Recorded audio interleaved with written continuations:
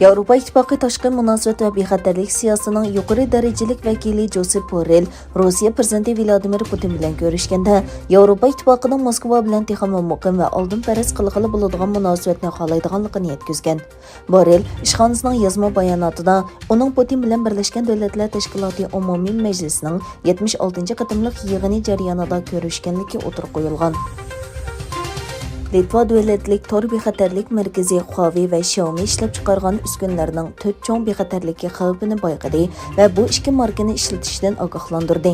Ma'lum bo'lishicha, bu xavflarning ikkisi oldin qochalangan applar bilan, biri bo'lsa shaxsiy sonliq ma'lumotlarning oshkoranib ketishi bilan munosabatli ekan. Litva tor bexatarlik xodimlari hukumat organlarini Xitoyning aqliy iqtidorli telefonlarini ishlatishni to'xtatishga chaqirdi. Türkiye bilan Ukrayna mudofaa sanoati sohasida hamkorlikni kuchaytirmoqda. Ukrayna tashqi ishlar ministri Dmytro Kuleba Ukrainada Turkiye'nin Bayraktar TB2 nomli qurolli uchqۇچىسىز ئايروپىلانىنى ئىشلەپچىقىرىدىغان zavod qurilganligini bayon qildi. Fransiyada Xalqaro kechirim tashkiloti va boshqa ikki tashkilot Saudiya Arabiston va Arab Birlashma Xalifaligiga setilgan qurollarning hujjatlarining oshkorlanishi uchun Parij hukumati ustidan ariz sundi. Ariznamada bu qurollarning Yamandagi fuqarolarga qarshi ishlatilganligi o'tirg'a qo'yilgan. Birlashgan Davlatlar Tashkiloti Mustaqillik Suriya tadqiqot komitetining a'zosi Karin Koning Abu Zayd hozir hech kimning Suriyani musofirlarning qaytib kelishiga mos keladigan davlat deb o'ylaydigan vaqt emas. Suriya fuqarolarga qarshi urush davomlashmoqda dedi.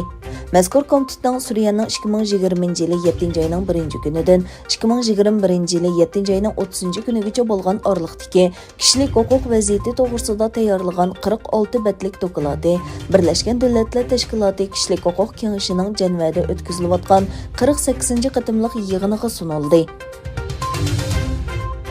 İlgilenişçe, Instagram ve şununla o'xshash qo'llanilgan programlarda qul savdosi bo'ladiganligi to'g'risida xabarlar o'tirg'a chiqqandan keyin olmi shirkati Facebook mahsulotlarini app bozoridan chiqarib yetadiganligi to'g'risida ogohlantirgan. Qirg'izistonning poytaxti Bishkekda 6-navbatlik Dunyo xalq dostonlari bayrami boshlandi. İlgilenişçe, bu faoliyat dunyo xalqlarining epos meroslarini saqlab qolishni maqsad qilgan.